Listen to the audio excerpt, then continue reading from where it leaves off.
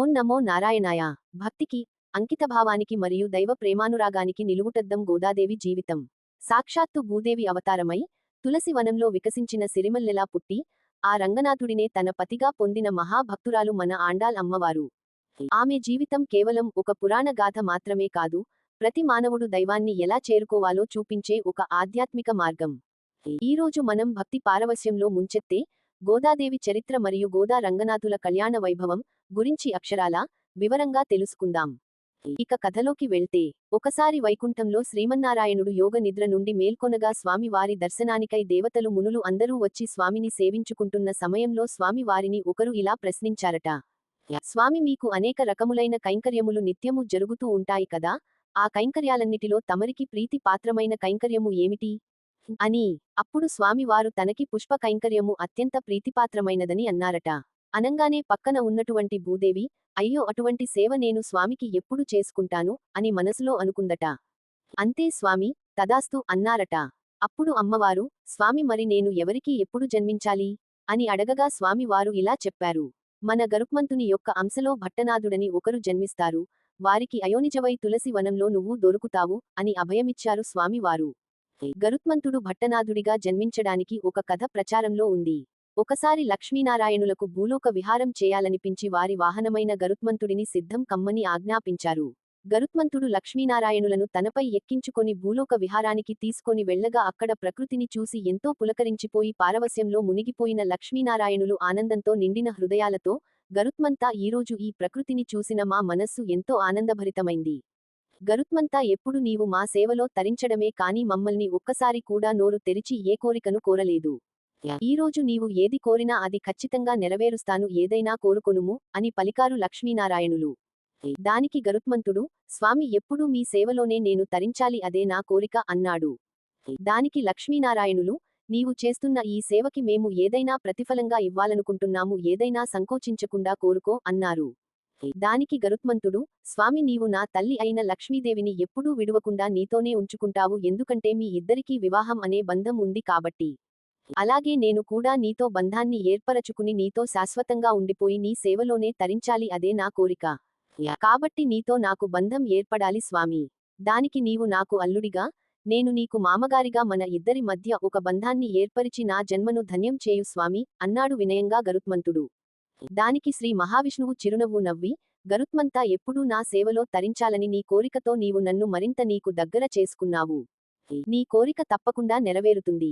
నీవు వైష్ణవ బ్రాహ్మణుడిగా పుట్టి ఆళ్వార్ పరంపరలో నీవు పెరియాళ్వారుగా కీర్తింపబడతావు. అంతేకాక సాక్షాత్తు భూదేవి నీ కూతురిగా అవతరిస్తుంది. అలా అవతరించిన భూదేవిని నాకిచ్చి పెండ్లి చేసి నీవు నా మామగారిగా నాతో బంధం ఏర్పరచుకుని నా సేవ చేసుకుందువుగాక అని శ్రీ మహావిష్ణువు గరుత్మంతునికి వరం ఇస్తారు. దానికి గరుత్మంతుడు, ధన్యుడు స్వామి అని చెప్పి సెలవు తీసుకుంటాడు. తమిళనాడులోని శ్రీవిల్లి పుత్తూరు అనే గ్రామంలో వటపత్ర సాయి రూపంలో దర్శనం ఇస్తున్న శ్రీ మహావిష్ణువు దేవాలయం ఉంది.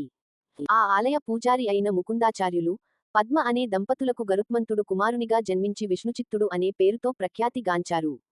విష్ణుచిత్తుడు అంటే ఎప్పుడూ శ్రీ మహావిష్ణువు గురించి ఆలోచించేవాడని అర్థం. విష్ణుచిత్తుడు నిరంతరము శ్రీ మహావిష్ణువు సేవలోనే ఉండేవాడు. విష్ణుచిత్తుడి అసలు పేరు భట్టనాథుడు. నిరంతరం ఆయన చిత్తం విష్ణుమూర్తి మీదే ఉండేది కాబట్టి అందరూ ఆయనను విష్ణుచిత్తుడు అని పిలిచేవారు. విష్ణుచిత్తుడు ఎప్పుడూ స్వామి వారిని ధ్యానిస్తూ స్వామి వారికి సేవ చేస్తూ ఉండేవాడు. విశేష జ్ఞానము పాండిత్యము లేకున్నప్పటికీ అపరిమితమైన భక్తి సాత్విక గుణం కలిగిన వాడు విష్ణుచిత్తుడు. తల్లిదండ్రులు వేదం నేర్పించిన నేర్చుకోలేదు. వేద సారాంశం తెలిసిన వారికి వేదాలు ఎందుకు? కానీ మానవ జన్మ తీసుకున్నప్పుడు మానవుడిలానే ఉండాలి. తనకు వేదాలు రావు కాబట్టి తనని స్వామి కైంకర్యాలకు దూరంగా ఉంచారు అక్కడి వేద పండితులు. ఏదో విధంగా స్వామికి ఎలాగైనా సేవ చేసుకోవాలనే కుతూహలం తగ్గని విష్ణుచిత్తుల వారు స్వామి వారికి పూలమాలతో కైంకర్యం చేసుకోవాలనే ఆలోచనతో వెంటనే అక్కడ ఒక స్థలములో పూల తోటను, ఒక తులసి వనాన్ని పెంచాలని నిర్ణయం తీసుకుని వెనువెంటనే పనిని ప్రారంభించారు. బాగా కష్టపడి పూల తోటను, తులసి వనాన్ని అభివృద్ధి చేశారు. పూచిన పుష్పములను, తులసి దళములను చేర్చి మాలికలల్లి రకరకాల పూలమాలలు కట్టేవారు. ఆ పూలమాలను స్వామికి సమర్పించి ఆ పూలమాలల్లో తన స్వామి అందాన్ని చూస్తూ పొంగిపోతూ మురిసిపోతూ తరించేవారు విష్ణుచిత్తుల వారు. అలా నిత్యము పరమ భక్తితో తాను అభివృద్ధి చేసిన ఉద్యానవనము నుండి పుష్పములను తెచ్చి మాలికలల్లి స్వామికి పుష్పమాలని అర్పిస్తూ నిరాడంబరమైన జీవితాన్ని గడిపేవారు విష్ణుచిత్తుల వారు. ఒకసారి ఎప్పటిలాగానే తన తోటలోని తులసి దళములను సేకరించడానికి వెళ్లిన విష్ణుచిత్తుల వారికి తులసి తోటలో తులసి మొక్క కింద అందమైనటువంటి చిరునవ్వులు చిందిస్తూ కాళ్ళు చేతులు ఆడిస్తూ దేదీప్యమైన కాంతితో ఒక పసిపాప కనిపిస్తుంది. ఎలాగైతే జనక మహారాజుకు తన యాగభూమిని నాగలితో దున్నుతుండగా సీతాదేవి లభించినదో అలాగే విష్ణుచిత్తుల వారికి భూదేవి అవతారమైన గోదాదేవి తులసి వనంలో నలనామ సంవత్సరం కర్కాటక మాసం పూర్వ ఫల్గుని నక్షత్రంలో ఆషాఢ శుద్ధ చతుర్దశి రోజున అందంగా ముద్దులొలికేటటువంటి పసిపాపగా విష్ణుచిత్తుల వారికి కనిపిస్తుంది. దేదీప్యమైన కాంతితో అందమైనటువంటి బోసినవ్వులతో ఉన్న ఆ పసిపాపను చూస్తుంటే అసలు ఎవరికైనా కాని ఎత్తుకొని ముద్దాడాలనిపించేలా ఉంది ఆ పసిపాప. అంతటి అందమైనటువంటి ఆ బిడ్డను తోటలో చూసినటువంటి విష్ణుచిత్తుల వారు ఆశ్చర్యం ఆనందం అన్నీ కలగలిపేలా ఆ పసిపాపను చూస్తూ ఉంటారు. ఎవరి పాప ఇంత దేదీప్యమైన కాంతితో ఇక్కడ ఉందేమిటి, ఇంత కాంతిపుంజం ఉందేమిటి ఈ పసిపాప చుట్టూ అని ఆశ్చర్యపోయారు. ఇంత అందమైన పసిపాపను ఎవరు ఈ తోటలో వదిలిపెట్టి వెళ్లిపోయారు అని ఆశ్చర్యంతో చూస్తూ ఆ పసిపాపను ఎత్తుకొని తన గుండెలకు హత్తుకొనగా ఒక విచిత్రమైన అనుభూతి కలిగింది విష్ణుచిత్తుల వారి గారికి. పితృపాసం ఒక్కసారిగా ఉప్పొంగుతుంది. ఇంత చిన్న పాపని తోటలో వదిలిపెట్టి వెళ్లిపోవడానికి అసలు ఎవరికి మనసు వచ్చిందా అని అనుకుంటూ చుట్టుపక్కల చూస్తే ఎవరు కూడా కనిపించరు. దాంతో విష్ణుచిత్తుల వారు ఆ పాపను తీసుకొని దేవాలయం వద్దకు వెళ్లి ఈ పసిపాప తులసి వనంలో దొరికిందని, ఈ పాప తల్లిదండ్రులు ఎవరో కూడా తెలియదని, ఎవరికైనా ఈ పాప గురించి తెలిస్తే చెప్పమని ఊర్లోని వారందరినీ అడగగా ప్రతి ఒక్కరు తమకు తెలియదని విష్ణుచిత్తుల వారికి జవాబు ఇస్తారు. ఆ పసిపాప ముఖంలోని తేజస్సును చూసిన వారందరూ ఈ పాప ఎవరో కారణ జన్మురాలుగా ఉంది. జనక మహారాజుకు సీతమ్మ దొరికినట్లుగా మీకు ఈ బంగారు తల్లి దొరికింది అని అందరూ అంటూ ఉంటారు. ఈ పసిపాప ఎవరో దైవాంశ సంభూతురాలు అని భావించి విష్ణుచిత్తుల వారు ఆమెను ఇంటికి తీసుకొని వెళతారు. తీసుకొని వెళ్లి ఆమెకు కోదై అని నామకరణం చేసి ఆరగారాభంగా పెంచుకోవడం ప్రారంభించారు. కోదై అనగా తులసిమాల అని అర్థం. తులసి తోటలో దొరికింది కాబట్టి తన కూతురు తులసి వంటి పవిత్రమైనదని ఆ పేరుతో పిలుస్తుండేవారు విష్ణుచిత్తుల వారు. కోదై అయోనిజ. అయోనిజ అంటే తల్లి గర్భాన జన్మించనిది అని అర్థం. ఉదాహరణకు సీతాదేవి, పద్మావతి దేవి. కోద నామం క్రమంగా కోద తరువాత గోదాగా పరిణామం చెందింది. గో అంటే భూమి, ద అంటే ఇవ్వబడినది. గోద అంటే భూమి చేత ఇవ్వబడినది అని అర్థం. గోదాదేవి దినదిన ప్రవర్తమానమగుచు అందరినీ సంతోష పెట్టుచుండెడిది. గోదాదేవి చిన్నప్పటి నుంచి తండ్రి దగ్గర ఎంతో ఆరగారాభంగా పెరగడమే కాక తండ్రిలా శ్రీ మహావిష్ణువు సేవలోనే ఉండేది. తండ్రి నోటి నుంచి వెలువడే పురాణాలు, విష్ణు కథలు, భారత భాగవతాలు, రామాయణ రమ్య ఘట్టాలు, కీర్తనలు, తమిళ ప్రబంధాలు తండ్రి కూర్చిన పాసురాలు అన్ని వింటూ ఎదిగింది గోదాదేవి. తండ్రి భాగవతం చెబుతున్నప్పుడల్లా శ్రీకృష్ణుడిని తన ప్రియుడని తాను గోపికనని ఊహించుకుంటూ ఉండేది. గోదాదేవికి యుక్త వయసు వచ్చేసరికి శ్రీకృష్ణుడు తన భర్తని గోదాదేవి నమ్మటం మొదలు పెట్టింది. శ్రీకృష్ణుడి విగ్రహం పూజ గదిలో పెట్టుకొని శ్రీకృష్ణునికి పూజ చేస్తూ శ్రీకృష్ణుడితో మాట్లాడుతున్నట్లు, నవ్వుతున్నట్లు, ఆడుకుంటున్నట్లు, రాసలీలల్లో తేలియాడుతున్నట్లు ఊహించుకుంటూ మురిసిపోతూ ఎప్పుడూ శ్రీకృష్ణుడి ధ్యాసలోనే కాలం గడిపేది గోదాదేవి.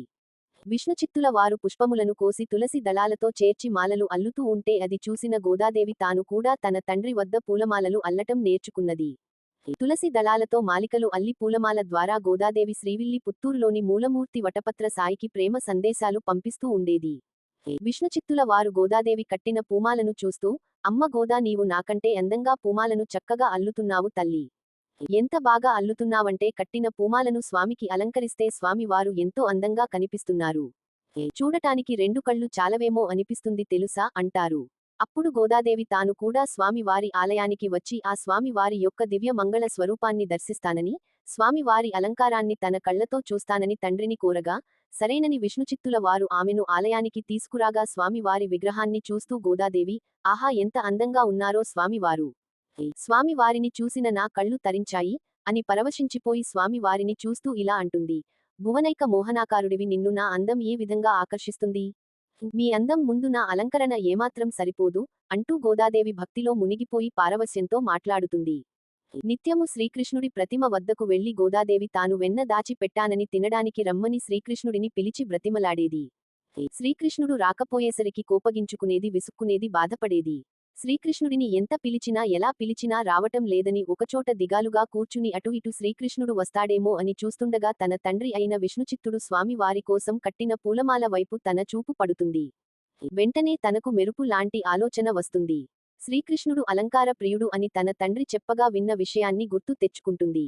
తాను ఇంతవరకు అలంకరణ చేసుకోకుండా స్వామిని సేవించడం వలన తన వద్దకు స్వామి రావటం లేదని అమాయకంగా ఆలోచిస్తుంది. పూలమాలలతో తనని తాను అందంగా అలంకరించుకుంటే ఆ శ్రీకృష్ణుడు తప్పక వస్తాడని, తన అందానికి మెచ్చి తనను తప్పకుండా వివాహం చేసుకుంటాడని నమ్మింది. నమ్మిన దారిని వెంటనే ఆచరణలో పెట్టడానికి సన్నద్ధమైంది. వెంటనే తన తండ్రి అయిన విష్ణుచిత్తుడు స్వామి కోసం కట్టిన పూలమాలను తీసుకుని రకరకాలుగా సింగారించుకోవటం మొదలు పెట్టింది. ఆ పూలమాలికలను, తులసి మాలలను తన మెడలో వేసుకుని సిగలో ముడుచుకొని కొప్పుపై ధరించి అలంకరించుకున్న తర్వాత గోదాదేవి తాను ఆ పరంధాముణ్ణి వివాహము ఆడటానికి సరిపోవునా అని తన సౌందర్యమును నీటి బావిలోనూ అద్దములోనూ చూసుకొని మురిసిపోయి శ్రీకృష్ణుడి ప్రతిమ దగ్గరికి వెళ్ళి, చూడు కృష్ణ, నీకోసం ఈరోజు నీ వంటి రంగులో ఉన్నటువంటి పరికిణి వేసుకున్నాను. నీ వంటి పైన అలంకరించేటటువంటి గులాబీ రంగులో ఉండేటటువంటి ఓణీని వేసుకున్నాను. పూమాలను సింగారించుకున్నాను అని తాను ఏ విధంగా అలంకరించుకున్నది వర్ణించి స్వామికి చూపించి స్వామిని రమ్మని పిలిచేది, బ్రతిమలాడేది, బాధపడేది.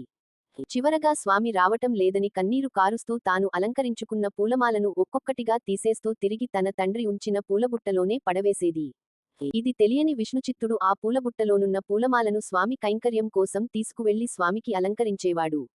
రోజు గోదాదేవి పూమాలను అలంకరించుకోవటం, శ్రీకృష్ణుడు రాలేదని విసుక్కుని బాధపడి ఆ పూలమాలను తిరిగి అదే బుట్టలో పడవేయటం, విష్ణుచిత్తుడు వాటిని తీసుకుని వెళ్లి స్వామికి అలంకరించటం, ఇలా కొన్నాళ్లు గడిచాక ఒకరోజు విష్ణుచిత్తుల వారు స్వామికి పూలమాలలను అలంకరిస్తుండగా ఆ పూలమాలల్లో ఒక పొడవాటి తల వెంట్రుకను చూస్తాడు. తన తోటలోని మొక్కల నుంచి తానే స్వయంగా కోసి మాలలుగా అల్లిన పూమాలల్లో వెంట్రుక ఎలా వచ్చింది?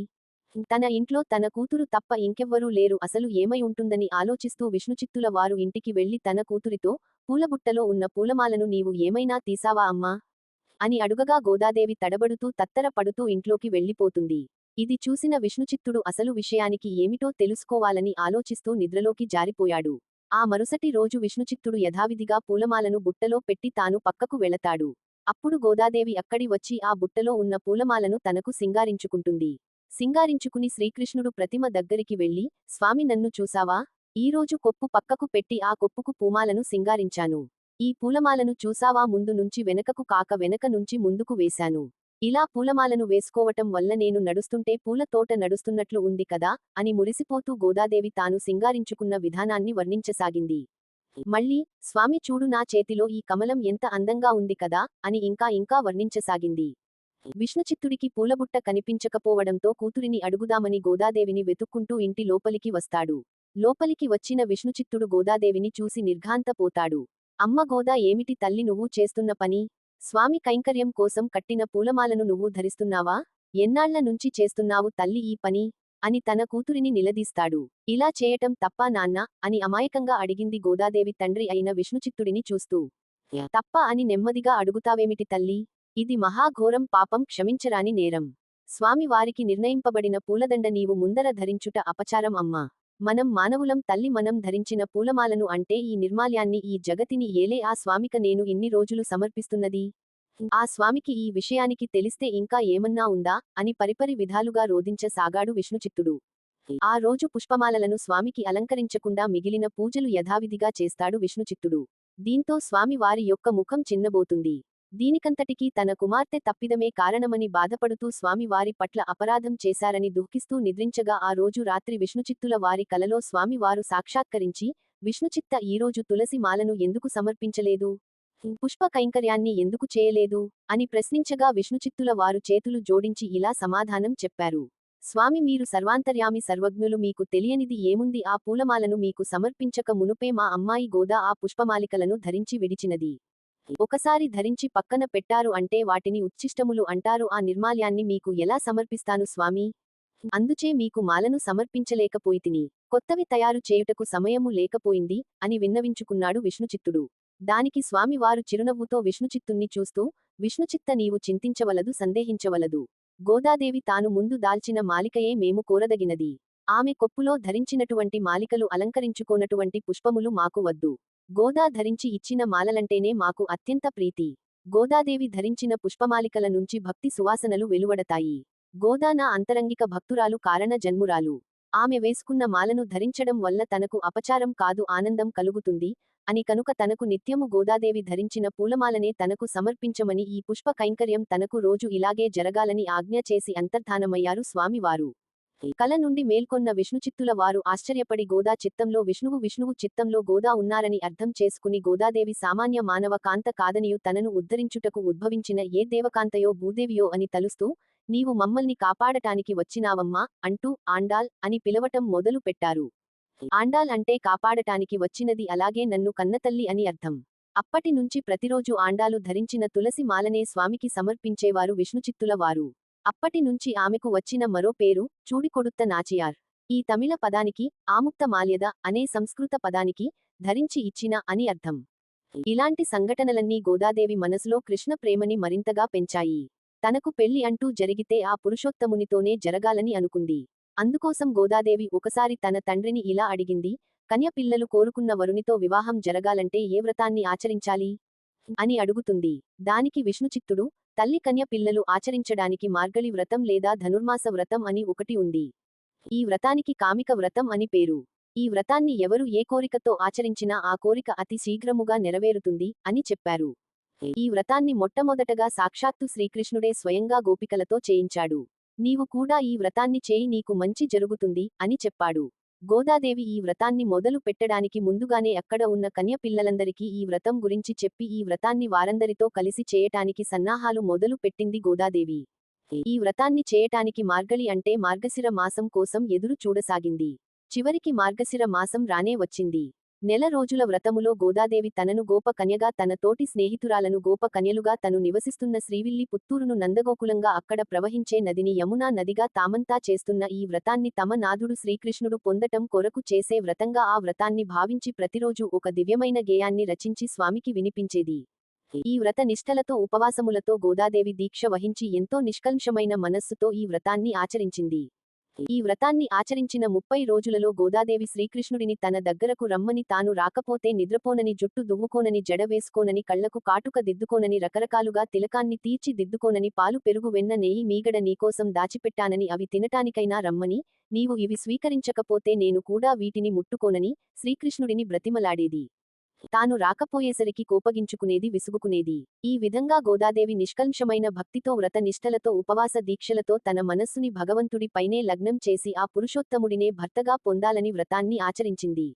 ఈ వ్రతాన్ని ఆచరించిన 30 రోజులు వేద సారాంశాన్ని అంతటినీ తిరుప్పావై అని పేరుతో ఒక్కొక్క రోజు ఒక్కొక్క పాసురాన్ని అంటే ఒక్కొక్క కీర్తనని శ్రీకృష్ణుడి కోసం 30 రోజులు గానం చేసింది.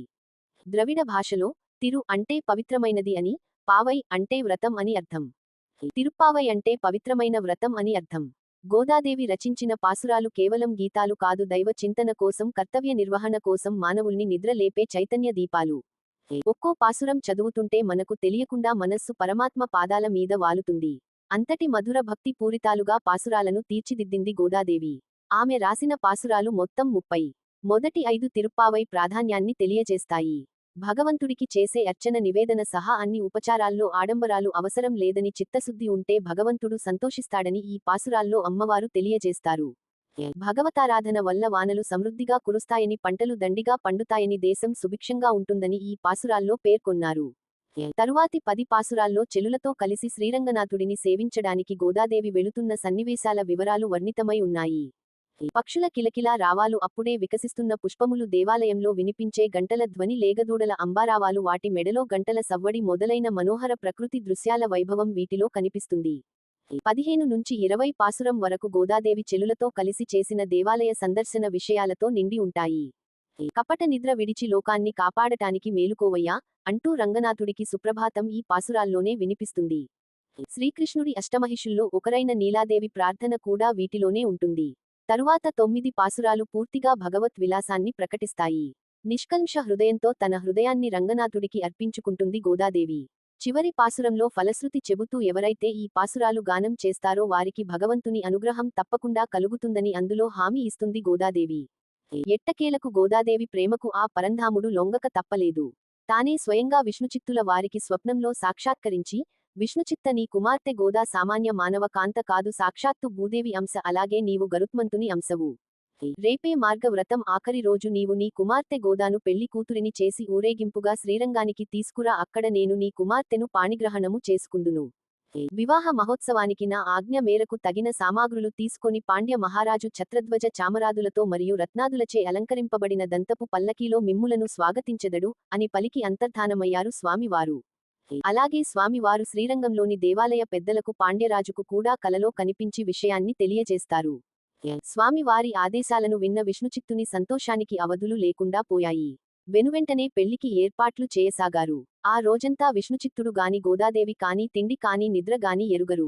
ఎప్పుడు తెల్లవారుతుందా, ఎప్పుడు స్వామిని చేరుకుంటానా అని ఆలోచించుకుంటూ ఆ రాత్రంతా గడిపేశారు తండ్రి కూతుర్లు ఇద్దరూ.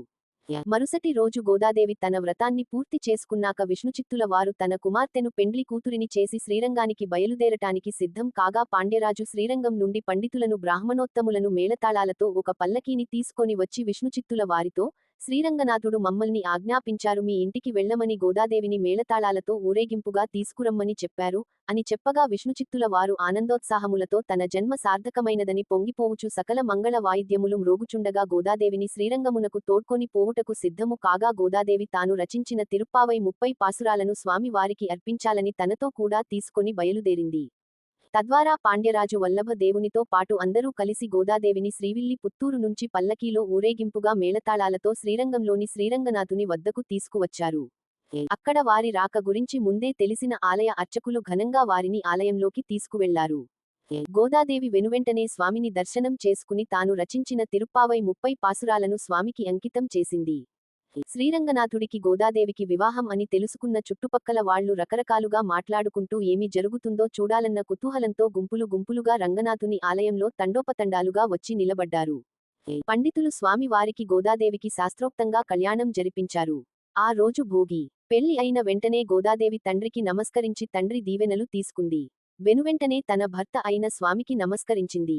అందరూ చూస్తుండగానే స్వామిలో ఐక్యమైపోయింది గోదాదేవి. ఇది చూసిన విష్ణుచిత్తుడు దిగ్భ్రాంతి చెంది స్వామి నా కూతురిని మాయం చేశాడని స్వామిని నిందిస్తూ రోదించసాగాడు. అలా రోదిస్తున్న విష్ణుచిత్తుణ్ణి చూసి జాలిపడిన స్వామివారు, విష్ణుచిత్తా ఎందుకలా ఏడుస్తున్నావు? నీవు కోరిందే కదా నేను చేసింది అని విష్ణుచిత్తుణ్ణి అడిగారు. దానికి విష్ణుచిత్తుడు, స్వామి నా కూతుర్ని నా నుంచి దూరం చేశావు అని మళ్లీ రోదించసాగాడు. అప్పుడు స్వామివారు, చింతించకు విష్ణుచిత్త, నీవు మానవ రూపంలో ఉన్నావు కాబట్టి నీవు ఇంకా ఆ బంధ వ్యామోహం నుండి బయట పడలేకపోతున్నావు. ఒక్కసారి నీ వృత్తాంతాన్ని గుర్తు చేసుకో అని తన వృత్తాంతాన్ని గుర్తు చేశారు. స్వామి తన వృత్తాంతాన్ని గుర్తు చేయగా గుర్తు తెచ్చుకున్న విష్ణుచిత్తుడు వెంటనే, స్వామి నన్ను క్షమించు, నిన్ను ఈ నోటితో నిందించినందుకు నన్ను మన్నించు అని పరిపరి విధాలుగా ప్రాధేయపడ్డాడు. దానికి శ్రీ మహావిష్ణువు చిరునవ్వు నవ్వి, చింతించకు విష్ణుచిత్త, నీవు ఇప్పుడు నా మామగారివి కదా, నీవు కూతురు మీద ఉన్న ప్రేమతో నన్ను ఎంత నిందించినా నేను పడక తప్పదు కదా అని చిద్విలాసంగా సమాధానం ఇచ్చారు స్వామివారు. దానికి విష్ణుచిత్తుడు, స్వామి నన్ను మీరు శోధించింది చాలు, మీ సేవలో నన్ను తరించనివ్వండి, నన్ను కూడా మీలో ఐక్యం చేసుకోండి అని కోరగా శ్రీ మహావిష్ణువు, అలాగే అని విష్ణుచిత్తుణ్ణి కూడా తనలో ఐక్యం చేసుకున్నాడు. ఈ విధంగా గోదా అమ్మవారు అమితమైన ప్రేమతో తన హృదయాన్నే పూమాలగా అర్పించి ఆ పరంధాముని సాన్నిధ్యం కోసం సామీప్య సారూప్య వాత్సల్యంతో బృందావనంలోని గోపికలందరినీ నిద్రలేపి కృష్ణ ప్రేమలో ఐక్యమై ఆ స్వామిని తన భర్తగా తలచి ఉపనిషత్ వేదాంత సారమైన తిరుప్పావైని రచించి ఒక్కొక్క పాసురంలో తన కృష్ణ ప్రేమని భక్తిని చాటి చెప్పి ఆండాల్గా కృష్ణుని మాలను విడిచిపెట్టడం వలన ఆముక్త మాల్యదగా పేరు పొంది పరమాత్మను తాను పొంది మనలను ఉద్ధరించుటకు మార్గదర్శినియై నిలిచినది. గోదాదేవి వ్రతాచరణ సమయంలో రచించిన తిరుప్పావై చాలా ప్రసిద్ధి చెందింది. దీనిని ధనుర్మాసంలో ప్రతి రోజు రోజుకొక్కటి చొప్పున ఓ పాసురం వైష్ణవ ఆలయాల్లో పఠించడం చేస్తారు. యువతులు ధనుర్మాసంలో 30 రోజుల పాటు గోదాదేవి వ్రతాచరణ చేస్తే తాను మెచ్చిన సుగుణుడైన భర్త లభిస్తాడని పురాణాలు చెబుతున్నాయి. శ్రీ గోదా రంగనాథుల కళ్యాణము చూచినను జయించినను ఈ కథ వినినను చదివినను సకల శుభములు చేకూరుననుటలో సందేహము లేదు. సర్వేజనా సుఖినో భవంతు. ఈ పవిత్రమైన గోదా రంగనాథుల కళ్యాణ గాథను ఎవరైతే భక్తితో వింటారో, చదువుతారో వారి జీవితాల్లోని కష్టాలన్నీ తొలగిపోయి, ఆ శ్రీమన్నారాయణుని కృపాకటాక్షాలు సదా ఉంటాయని మన పురాణాలు చెబుతున్నాయి. ముఖ్యంగా యువతులకు అమ్మవారి వ్రతాచరణ వల్ల సుగుణవంతుడైన భర్త లభిస్తాడని భక్తుల నమ్మకం. ఈ వీడియో మీకు నచ్చినట్లయితే లైక్ చేయండి, మీ మిత్రులకు షేర్ చేయండి. మరిన్ని ఇలాంటి ఆధ్యాత్మిక విశేషాల కోసం మా ఛానల్ని సబ్స్క్రైబ్ చేసుకోవడం మర్చిపోకండి. ఆ గోదా రంగనాథుల ఆశీస్సులు మీకు, మీ కుటుంబ సభ్యులకు ఎల్లవేళలా ఉండాలని కోరుకుంటూ లోకా సమస్తా సుఖినో భవంతు. స్వస్తి.